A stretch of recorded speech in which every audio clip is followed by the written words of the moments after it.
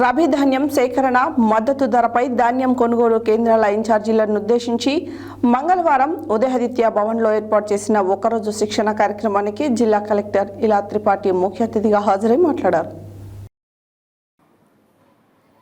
రబీ ధాన్యం సేకరణ మద్దతు ధరపై ధాన్యం కొనుగోలు కేంద్రాల ఇన్ఛార్జీలకు ఉద్దేశించి మంగళవారం ఉదయాదిత్య భవన్లో ఏర్పాటు చేసిన ఒకరోజు శిక్షణ కార్యక్రమానికి జిల్లా కలెక్టర్ ఇలా త్రిపాఠి ముఖ్య అతిథిగా హాజరై మాట్లాడుతూ ఈ రబీలో వరి పంటకు కేంద్ర రాష్ట్ర ప్రభుత్వాలు గ్రేడ్ ఏ ఎకరాకి 2,320 రూపాయలు, సాధారణ రకానికి 2,300 రూపాయల మద్దతు ధరను ప్రకటించాయని, అంతేకాకుండా సన్నధాన్యానికి ప్రోత్సాహకరంగా క్వింటాల్కు 500 రూపాయలు బోనస్ ప్రకటించడం జరిగిందని తెలిపారు.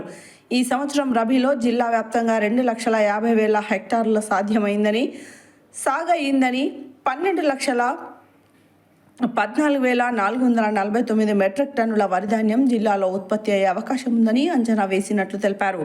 మార్కెట్కు 11,26,021 మెట్రిక్ టన్నుల ధాన్యం వచ్చే అవకాశం ఉన్నట్లు అంచనా వేయడం జరిగింది.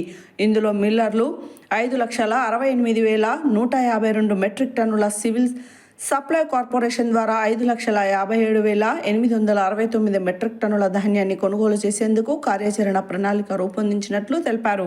ఈ సంవత్సరం ఖరీఫ్లో 2,75,000 మెట్రిక్ టన్నుల ధాన్యాన్ని కొనుగోలు చేయడం జరిగిందని, ఇందులో 2,10,000 మెట్రిక్ టన్నుల దొడ్డు ధాన్యం, 73.3 టన్నుల సన్నధాన్యాన్ని కొన్నట్లు తెలిపారు.